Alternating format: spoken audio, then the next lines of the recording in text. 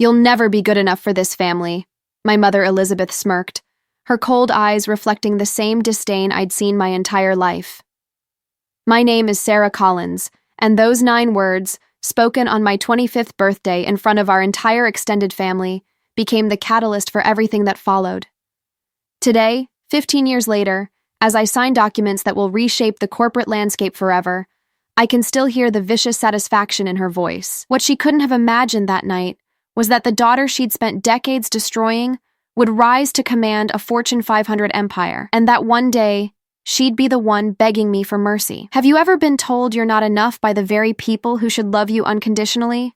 If you've experienced the pain of family rejection only to transform it into unstoppable success, drop a comment below and hit subscribe, because this story proves that sometimes the cruelest wounds create the strongest warriors. The Collins family had always operated on a rigid hierarchy where worth was measured by conformity, and I had never learned to conform. My younger sister Amanda was everything they wanted: petite, soft-spoken, content to marry young and produce grandchildren who would carry on the family name without question. She understood her role in their carefully constructed world and played it perfectly. I, on the other hand, had committed the unforgivable sin of having ambition beyond their narrow vision of what a Collins daughter should be. The pattern had been established early and reinforced relentlessly. When Amanda's mediocre piano recitals were met with standing ovations and professional recording sessions, my academic achievements were dismissed as showing off. The night I won the state debate championship, securing a full scholarship to Northwestern University, my father barely looked up from his newspaper. "College is wasted on girls who think too much," he muttered, while my mother nodded in agreement. Amanda's engagement to the Peterson boy is worth more than any degree. That scholarship represented 4 years of freedom, 4 years to build something they couldn't control or diminish. I accepted it that very night, knowing I was choosing a war I intended to win. The night of my 25th birthday party was supposed to be a celebration, but the Collins family had never been interested in celebrating my existence. I had returned home from Northwestern with my MBA, already working at a mid-tier consulting firm in Chicago, but their disappointment in my choices remained palpable. The party was really for Amanda's engagement announcement to David Peterson, heir to a regional manufacturing fortune. I was merely an afterthought, invited out of obligation rather than genuine desire for my presence. The evening began predictably enough. Our grand dining room filled with the usual suspects: family friends who had watched me grow up as the difficult daughter, relatives who whispered about my stubborn independence, and the Peterson family, eager to formally welcome Amanda into their social circle. I sat at the far end of the mahogany table that had hosted generations of Collins family gatherings, feeling like a stranger observing rituals I had never been invited to truly join. The conversation flowed around me as if I were invisible. Stories about Amanda's wedding planning, discussions of the Peterson family's business interests, speculation about grandchildren and family legacies. When someone occasionally directed a polite question my way about my work in Chicago, my mother would quickly redirect attention back to what she considered more important matters. "Sarah's always been career-focused," she would say with a dismissive wave, the same tone she might use to describe an unfortunate medical condition. The moment that changed everything came during dessert. Uncle Robert, my father's brother and business partner, raised his glass to toast the engaged couple. "To Amanda and David," he began, his voice warm with genuine affection, "two young people who understand the importance of family, tradition, and building something lasting together." The table erupted in approving murmurs and raised glasses. Then his gaze shifted to me, and his expression cooled noticeably. "Unlike some people who think they're too good for the values that built this family," the words hung in the air like smoke from a fired gun.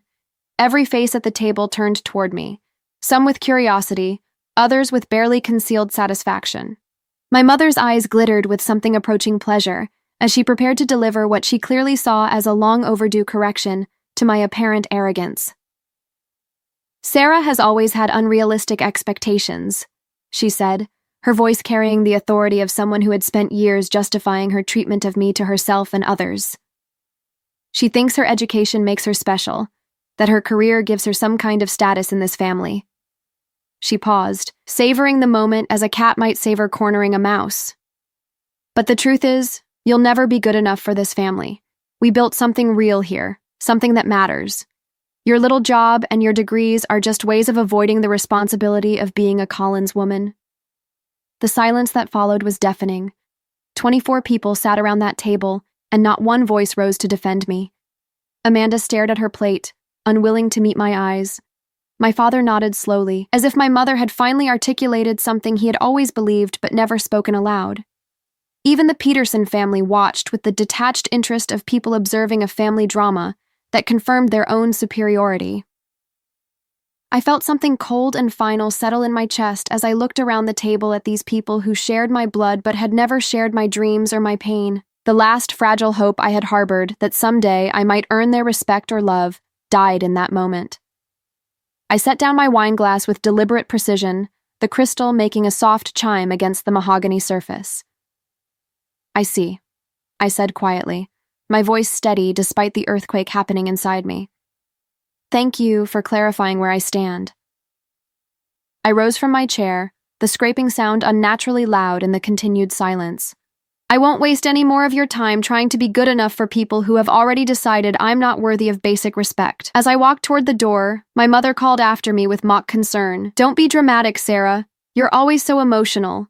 This is exactly what we mean about your attitude." But I didn't turn around, didn't give her the satisfaction of seeing how deeply her words had cut.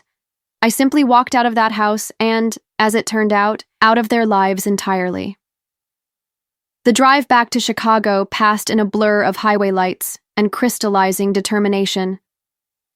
By the time I reached my small apartment, the hurt had transformed into something harder and more focused. They had made their choice, drawn their lines, declared their values. Now I would show them exactly what someone who would never be good enough could accomplish when she stopped seeking their approval and started building her own empire. The Monday morning after my birthday humiliation, I walked into the offices of Peterson & Associates, ironically the same firm where Amanda's future father-in-law served on the board, with a clarity of purpose I had never experienced before. My colleagues noticed the change immediately.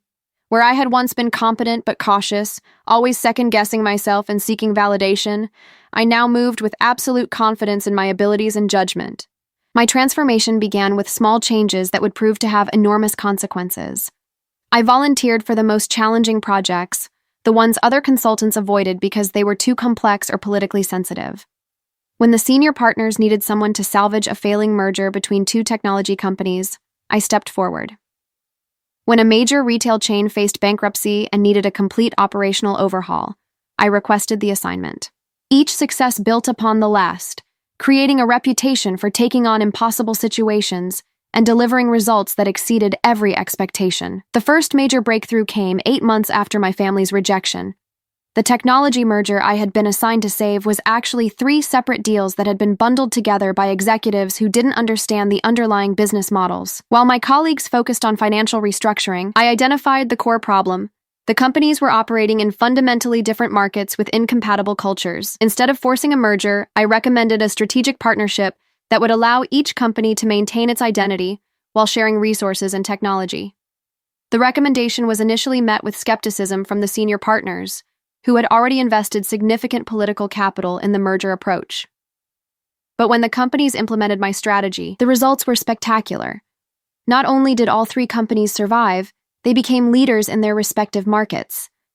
The success generated over $2 billion in combined value and established me as someone who could see solutions where others saw only problems. Word of my unconventional approach spread throughout the consulting industry.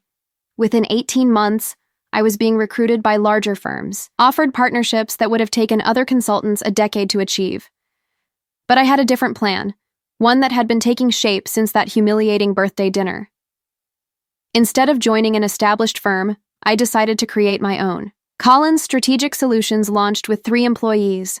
Myself, a brilliant analyst named Marcus Chen who had been overlooked for promotion at his previous firm, and Jennifer Walsh, a former McKinsey consultant who was tired of the corporate bureaucracy that stifled innovation.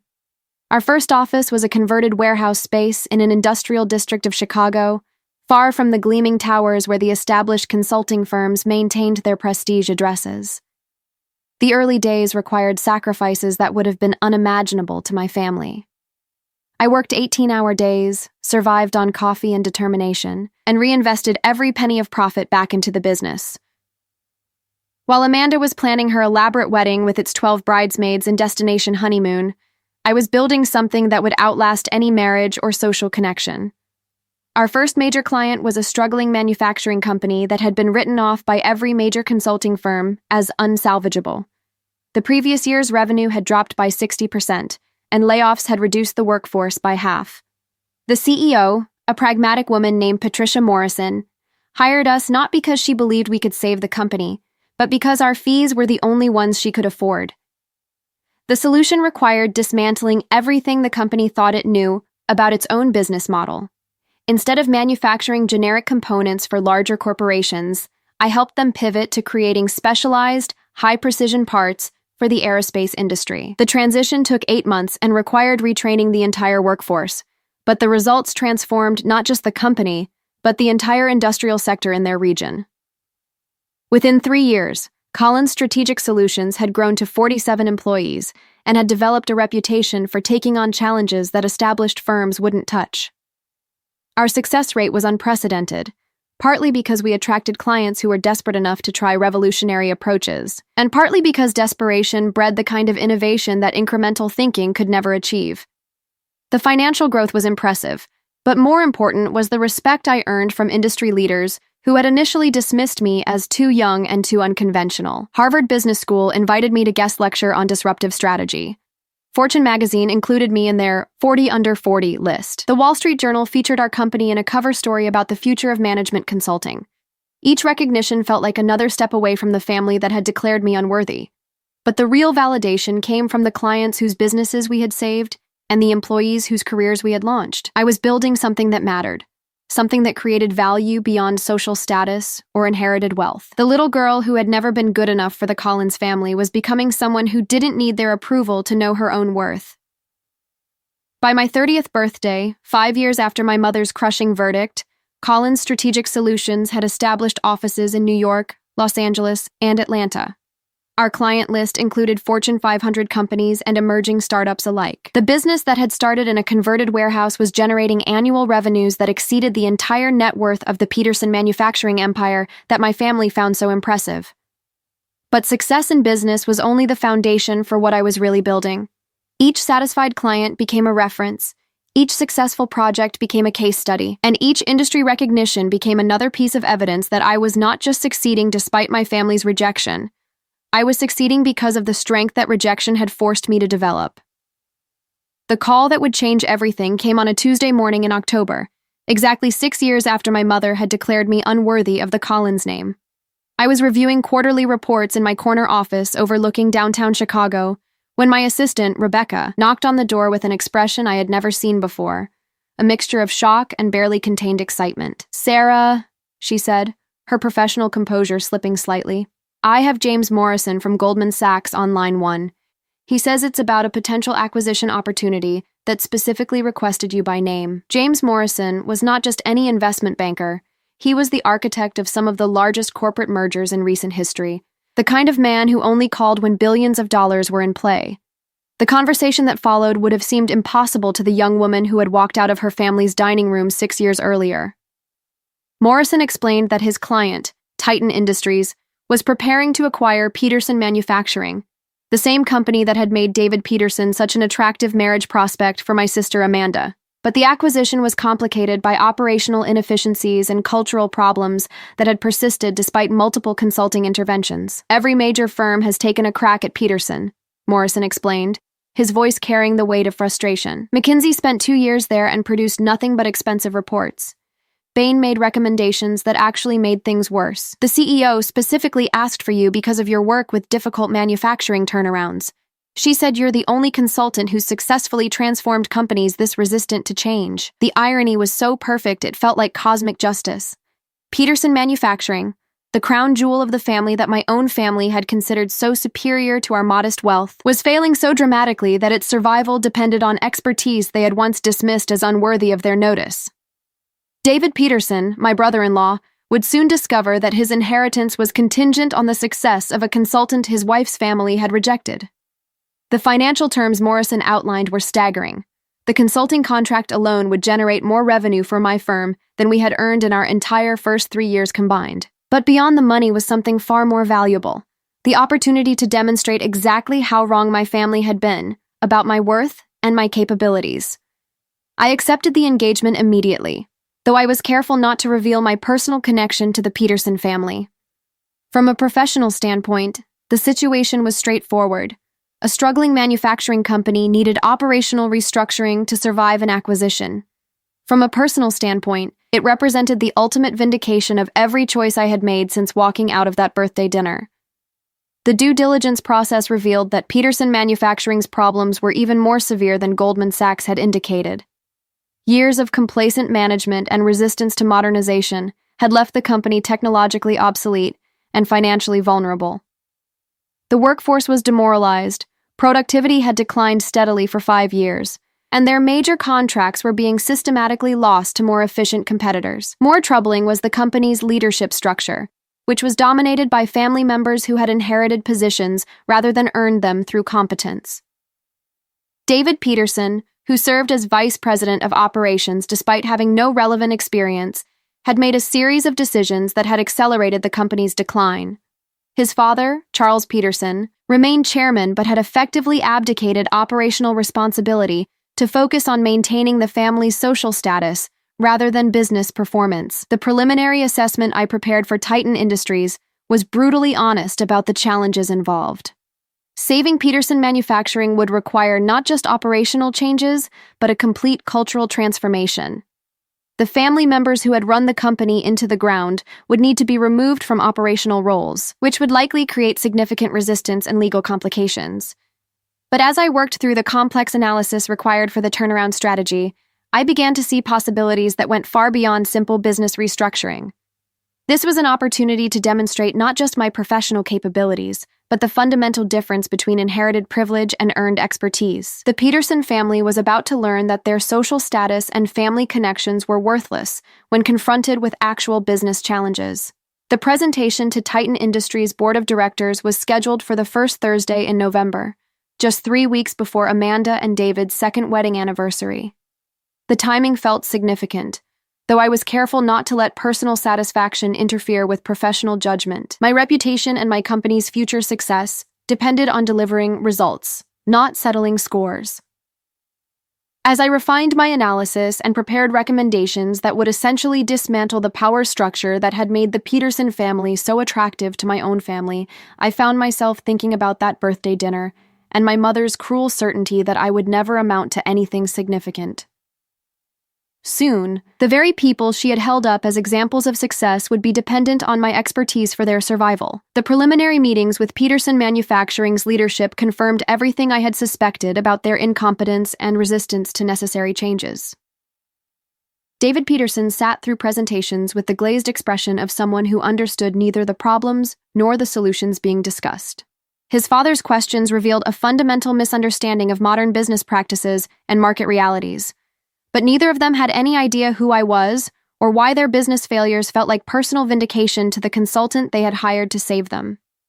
That revelation would come later, at the perfect moment, when they would finally understand the true cost of the arrogance and dismissiveness that had characterized their family's treatment of mine. The boardroom at Peterson Manufacturing fell silent as I concluded my presentation to the combined leadership teams of Peterson Manufacturing and Titan Industries. 43 pages of analysis, supported by 6 months of intensive operational review, had painted an unmistakable picture. Peterson Manufacturing could be saved, but only through complete restructuring that would remove the Peterson family from operational control, while maintaining their equity position as silent partners. David Peterson's face had progressively drained of color as I detailed each failure in leadership, each missed opportunity, each decision that had accelerated the company's decline. His father, Charles, sat rigid in his chair, the same expression of entitled outrage I had seen so many times when someone dared to challenge the Peterson family's assumed superiority. "Ms. Collins," Charles Peterson said, his voice carrying the condescending tone I remembered from my sister's engagement party. "I appreciate your thoroughness, but you seem to misunderstand the nature of this business. Peterson Manufacturing is a family company. We've operated successfully for 3 generations. I hardly think an outsider, regardless of her credentials, is qualified to restructure an organization she doesn't understand." The moment I had been waiting for had finally arrived.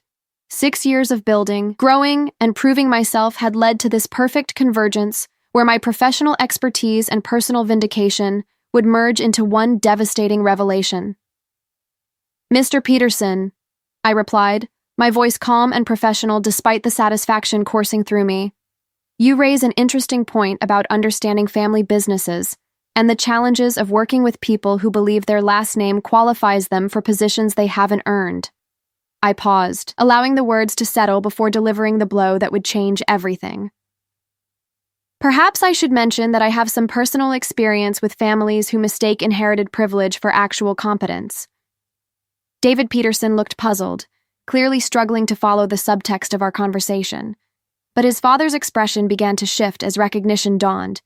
The name Collins wasn't uncommon, but combined with my age and the particular tone of professional confidence that had characterized my presentation, the pieces were beginning to connect in his mind.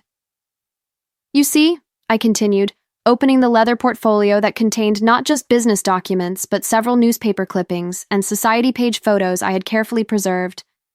"I believe we've met before, though I wasn't considered important enough to make much of an impression." I placed the first photograph on the conference table, a society page image from Amanda and David's engagement party, clearly showing me seated at the far end of the dinner table, while the families celebrated around me. "This is my sister Amanda," I said, pointing to the radiant blonde woman in the center of the photograph. "And that's me, the family disappointment who was told she would never be good enough for the Collins name." The silence in the room was absolute now, 43 executives and board members watching as 6 years of careful planning reached its climax. David Peterson's mouth opened and closed soundlessly as he processed the impossible reality that his business survival depended on the expertise of the woman his family had dismissed as unworthy. But I wasn't finished. This moment required complete thoroughness, the same attention to detail that had built my consulting empire. "The irony, of course," I continued, placing additional documents on the table, tax records, corporate filings, revenue reports, "is that the family business you've run into the ground generates less annual profit than my consulting firm earned last quarter.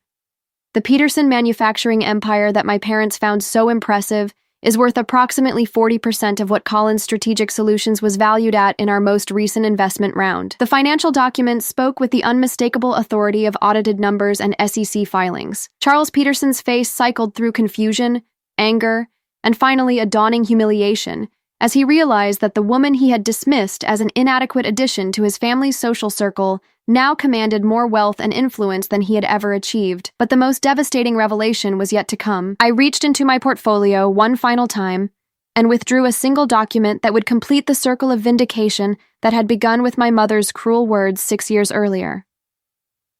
"There's one more thing you should know," I said, my voice carrying the quiet confidence of someone who held absolute power in this moment. Titan Industries didn't just hire Collins Strategic Solutions to evaluate Peterson Manufacturing. 3 weeks ago, based on my recommendations, they made a competing offer to acquire the company outright, an offer that includes immediate operational control and the option to retain current management only if they meet performance benchmarks I will personally establish and monitor. The final silence that followed was the sound of everything the Peterson family believed about their own importance crashing down around them. David Peterson, who had married my sister because she represented access to a family he considered worthy of his attention, now sat across from his wife's rejected sister, who literally held his financial future in her hands. James Morrison from Goldman Sachs, who had been watching this revelation unfold with professional fascination, cleared his throat and addressed the Peterson family directly. "To be clear, gentlemen, Ms. Collins isn't just consulting on this acquisition. Her firm will be managing the operational transition. Your continued involvement in Peterson Manufacturing depends entirely on her assessment of your value to the reorganized company." As the full implications of their situation settled over the Peterson family, I felt a profound sense of completion that had nothing to do with revenge and everything to do with validation.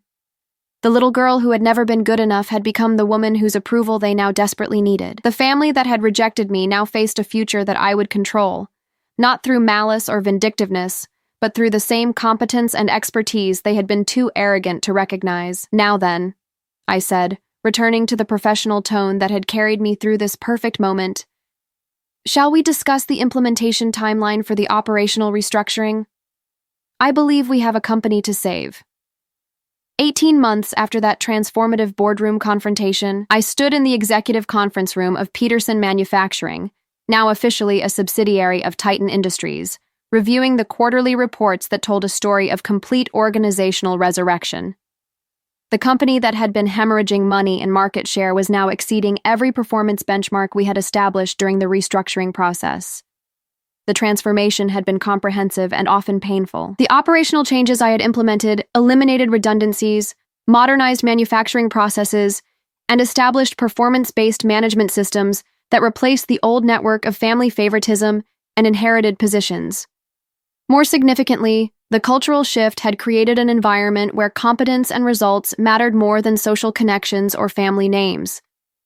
David Peterson had adapted better than I had expected to his new role as a mid-level project manager, a position he had earned through demonstrated competence rather than family privilege. The humility forced upon him by circumstances had revealed capabilities that years of unearned authority had never developed.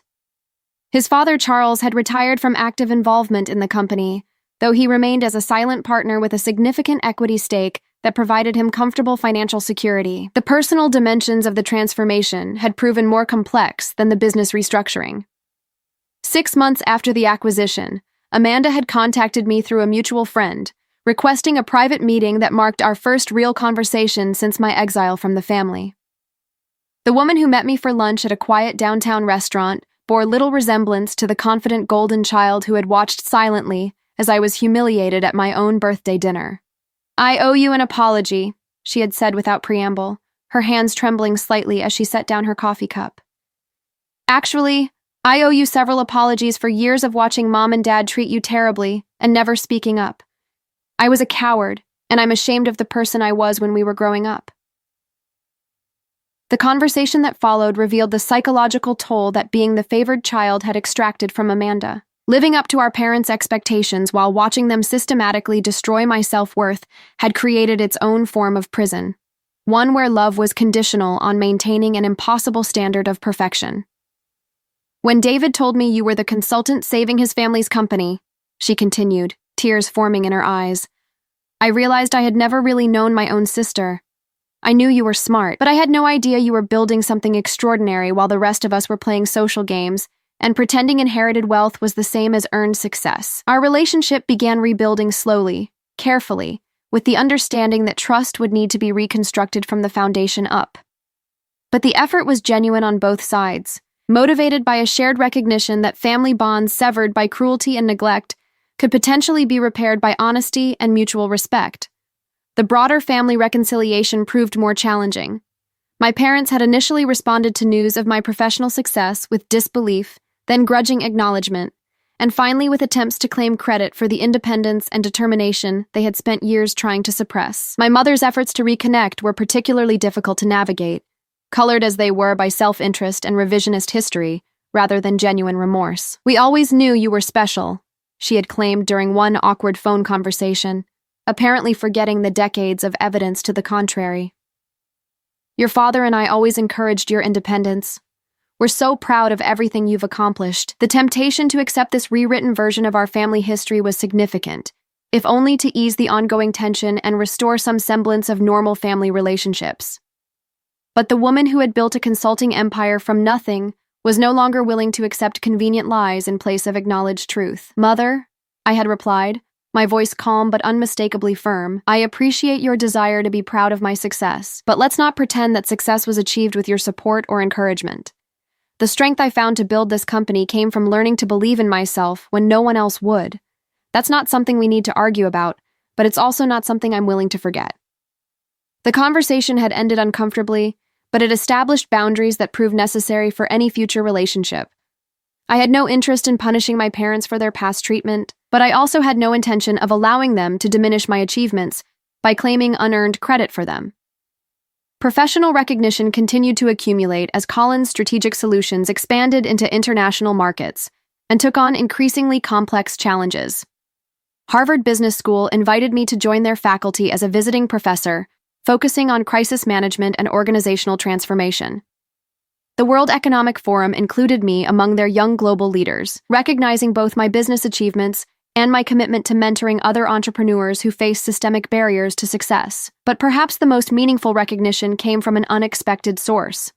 Patricia Morrison, the CEO whose desperate manufacturing company had been my first major success, contacted me to discuss establishing a scholarship fund for first-generation college students pursuing business degrees. Her company's transformation had become a case study taught at business schools across the country, and she wanted to create opportunities for other young people who shared the determination that had characterized my early career. "You saved my company," she explained during our planning meeting. "But more importantly, you showed me what's possible when someone refuses to accept other people's limitations as permanent conditions. I want to help other kids who are told they're not good enough for the families or communities they come from." The Scholarship Fund, officially launched 2 years after the Peterson Manufacturing acquisition, represented a full-circle moment in my professional and personal journey. The girl who had been told she would never be good enough was now creating opportunities for others who face similar rejection and dismissal. Standing in my office on the 10th anniversary of my mother's devastating pronouncement, I looked out at the Chicago skyline and reflected on the unexpected trajectory that had brought me to this moment. Collins Strategic Solutions employed over 300 people across 8 offices worldwide. Our client list included 47 Fortune 500 companies and emerging businesses on every continent. The consulting firm that had started in a converted warehouse was now valued at over $2 billion. But the true measure of success wasn't found in financial statements or professional recognition. It was found in the quiet confidence of knowing that my worth had never depended on my family's approval, and that the strength forced upon me by their rejection had become the foundation for achievements they could never have imagined. The phone call from Amanda that afternoon brought news that completed the circle in ways I hadn't anticipated. "Sarah," she said, her voice carrying an excitement I hadn't heard since childhood, "I wanted you to be the first to know. David and I are expecting our first child, and we've already decided, if it's a girl, we want to name her Sarah, after the strongest woman we know." As I hung up the phone, I realized that the cruelest words ever spoken to me had ultimately become the greatest gift I ever received. They had freed me from seeking approval I would never receive and forced me to discover strength I never knew I possessed. The family that had declared me unworthy had inadvertently created something far more valuable than their acceptance. They had created a woman who needed no one's permission to build an extraordinary life. Sometimes the most devastating rejection becomes the catalyst for the most spectacular success. Sometimes being told you're not good enough is exactly the motivation you need to become better than anyone ever imagined possible. And sometimes the family that breaks your heart ends up creating space for you to build something magnificent enough to heal it.